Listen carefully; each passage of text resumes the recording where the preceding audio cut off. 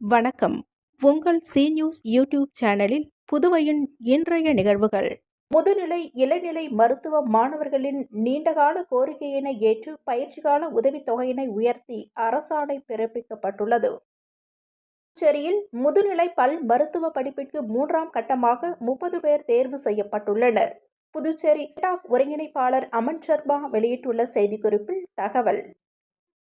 தமிழன் வ.உ. சிதம்பரனாரின் 153வது பிறந்த தினத்தையொட்டி பாரதி பூங்காவில் உள்ள அவரது திருவுருவச் சிலைக்கு அமைச்சர் லட்சுமி நாராயணன் மற்றும் சட்டமன்ற உறுப்பினர்கள் மாலை அணிவித்து மரியாதை. பாரத ரத்னா அன்னை தெரசா நினைவு தினத்தையொட்டி பாரதி பூங்காவில் உள்ள அவரது திருவுருவச் சிலைக்கு அமைச்சர் லட்சுமி நாராயணன் மற்றும் சட்டமன்ற உறுப்பினர்கள் மாலை அணிவித்து மரியாதை.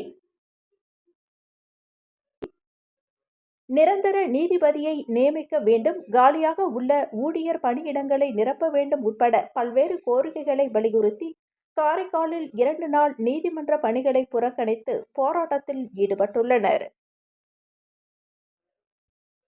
சொர்ணா நகர் பகுதியில் எழுந்தருளி உள்ள ஸ்ரீ முத்து மாரியம்மன் ஆலயத்தில் மதுரை ஆதீனம் தலைமையில் நடைபெற்ற 1ஆம் ஆண்டு விழாவில் அதிமுக பொருளாளர் ரவி பாண்டுரங்கன் கலந்து கொண்டு ஆசி பெற்று பக்தர்களுக்கு நலத்திட்ட உதவிகளை வழங்கினார்.